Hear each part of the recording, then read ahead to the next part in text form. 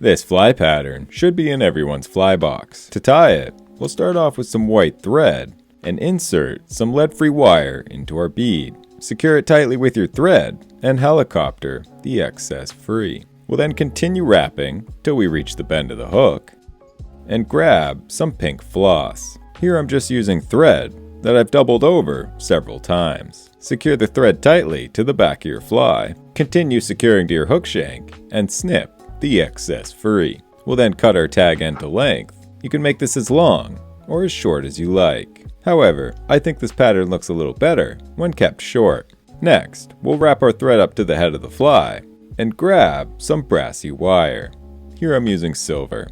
Insert the wire into the bead and secure it tightly with your thread, wrapping back towards our tag end.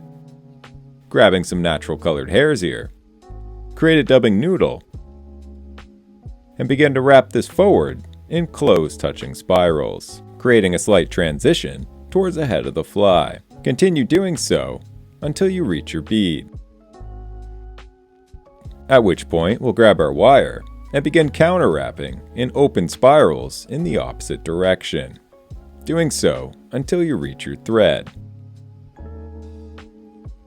At which point we'll secure, taking thread wraps both in front as well as behind your wire, and helicopter the excess free. We'll then brush it out to give it a nice, buggy look.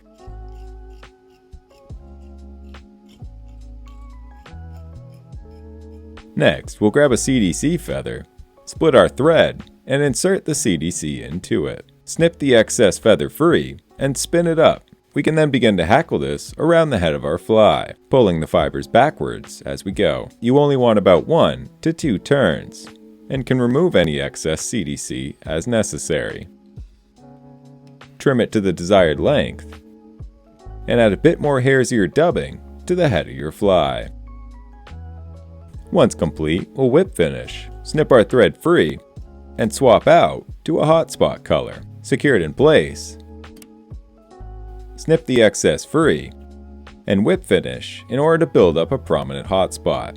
You can make this as thin as you'd like, however, I like to make mine quite prominent. And this is the blowtorch, a proven fly pattern that works exceptionally well, has infinite variations, and this particular one is one of my favorites to use for wild brook trout. Thank you for watching, subscribe for more, and I will see you in the next one.